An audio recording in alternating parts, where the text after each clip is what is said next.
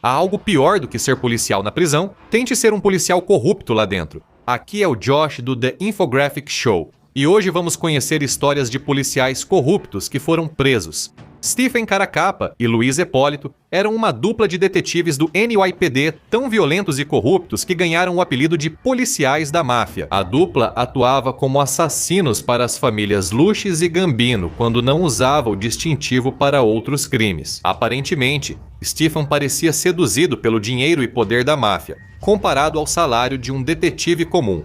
Mas Luiz era diferente. Ele nasceu no crime muito antes de entrar para a polícia. O pai dele, Ralph Hipólito, era associado da família criminosa Gambino, e tanto seu tio quanto seu primo eram mafiosos feitos assassinados por notórios matadores da máfia, segundo o associado Burton Kaplan, cujo testemunho ajudou a derrubá-los. Décadas depois, Stephen e Louis já eram policiais corruptos quando começaram a receber propina de Anthony Gaspipe Caso, um subchefe da família criminosa Lucchese.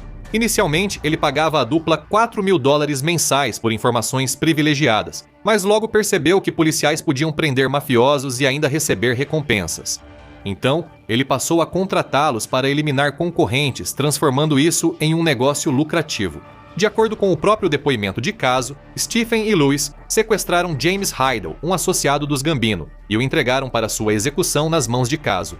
Os dois detetives não só aceitavam subornos, mas também cometiam assassinatos para a máfia. Em um deles, deixaram um canário morto na boca da vítima como aviso. Eles também mataram o capo dos Gambino, Edward Ed Lino, em um tiroteio de carro em 1990, além de outros assassinatos aleatórios, como um negociante de diamantes e um chefe sindical. Além de assassinatos e vazamento de informações, eles se envolveram com tráfico, intimidação e, após se aposentarem, mudaram para Las Vegas, onde pensaram em matar antigos associados para encobrir rastros. As coisas então ficaram estranhas. Stephen Caracappa começou a atuar como agente penitenciário no presídio feminino de Las Vegas. Luiz Hipólito virou uma celebridade menor ao escrever o hilário e icônico livro Policial da Máfia, a história de um policial honesto cuja família fazia parte da máfia. Após fazer amizade com Joe Pesci, vencedor do Oscar, ele conseguiu papéis menores em filmes como Estrada Perdida, O Predador 2 e Os Bons Companheiros. Antes de trabalhar na concessionária, parecia que os policiais da máfia escapariam impunes de sua vida dupla criminosa. Isso só mudou quando Burton Kaplan, o gangster do Brooklyn mencionado antes, delatou os dois para reduzir sua pena. Os dois policiais foram presos em 2005 e enfrentaram várias acusações, como extorsão, obstrução da justiça, formação de quadrilha e 8 acusações de assassinato e conspiração. Após anos de processo, Hipólito foi condenado à prisão perpétua e mais 100 anos em 2009. Caracappa pegou prisão perpétua mais 80 anos, o que faria esses criminosos passarem a vida entre pessoas que prenderam e antigos inimigos da máfia que traíram. Serve de consolo saber que, após anos de crimes e fugas da justiça, Stephen Caracappa e Luiz Hipólito enfim iniciaram suas longas sentenças em prisões separadas. Caracappa foi primeiro para a penitenciária USP Coleman, na Flórida, onde ficou quase uma década antes de ser transferido para a Carolina do Norte, já com câncer em estágio 4 avançado e agressivo. Ele implorou ao juiz por clemência, mas, dado seu histórico, isso não iria acontecer. O juiz federal Jack Weinstein rejeitou a tentativa, dizendo: "Não há nada que eu possa fazer no seu caso." O câncer tirou sua vida em 8 de abril de 2017. Quanto a Hipólito, ele foi sentenciado à penitenciária dos Estados Unidos em Tucson, uma prisão de segurança máxima, onde passaria os últimos 10 anos de sua vida. Ele seguiu alegando inocência até morrer por causas desconhecidas em 3 de novembro de 2019, encerrando de forma sombria a era dos policiais da máfia. Alguns policiais cometem crimes mesmo sendo da corporação, outros são criminosos, utilizando métodos ilegais e brutais para progredir na carreira policial.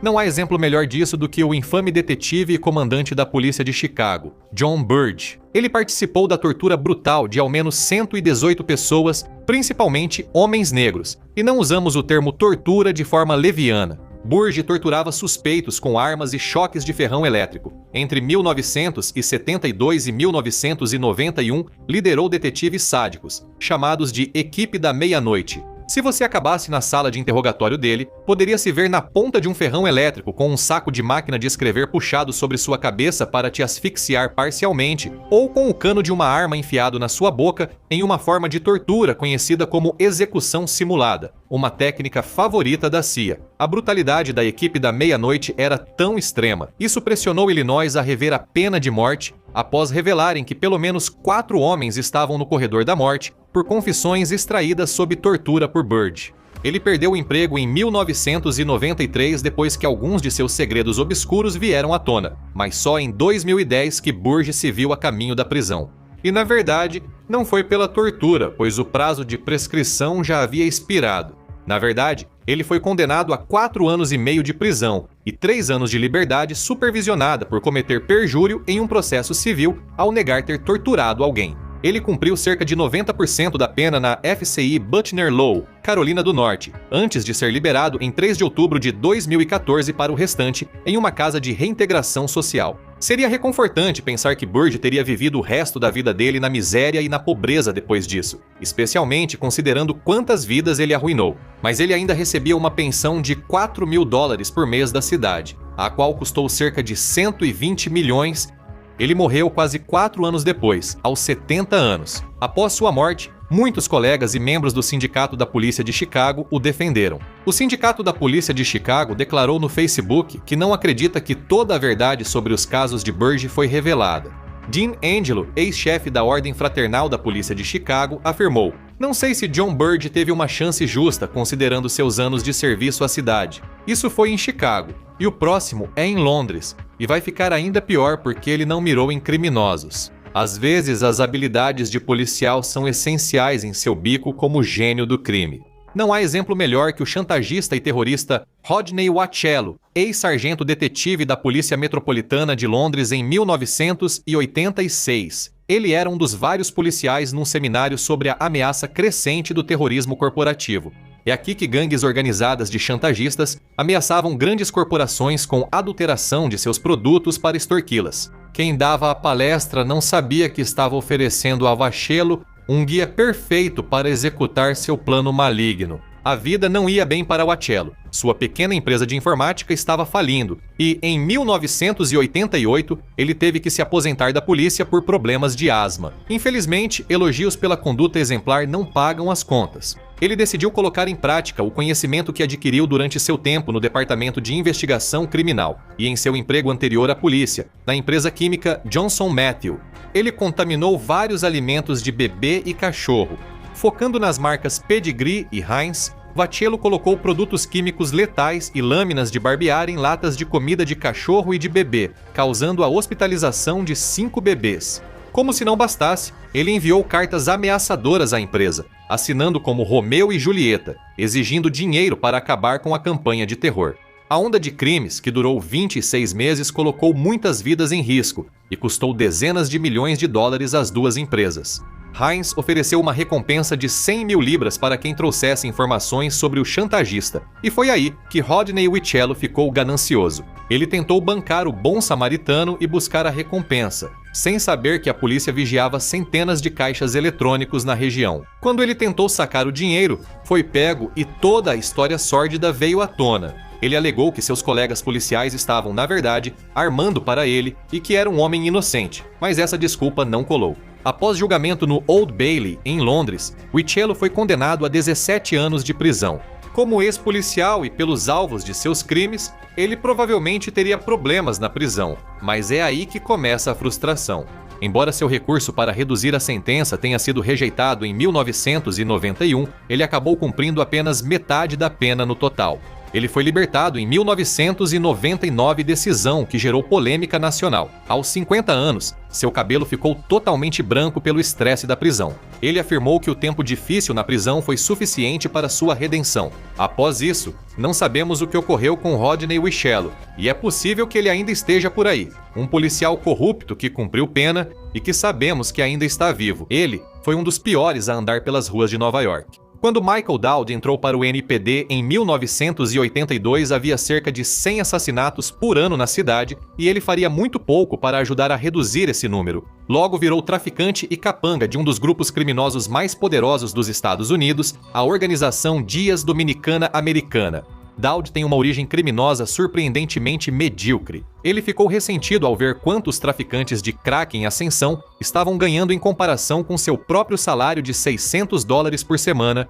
Em certo momento, parecia lógico para Dowd se corromper. A primeira vez que ele violou o código de ética da polícia foi ao liberar um suspeito que tinha milhares de dólares em multas de estacionamento não pagas em troca de $200 em dinheiro. E agora, lembre-se, isso foi nos anos 80, dava um bom almoço de lagosta.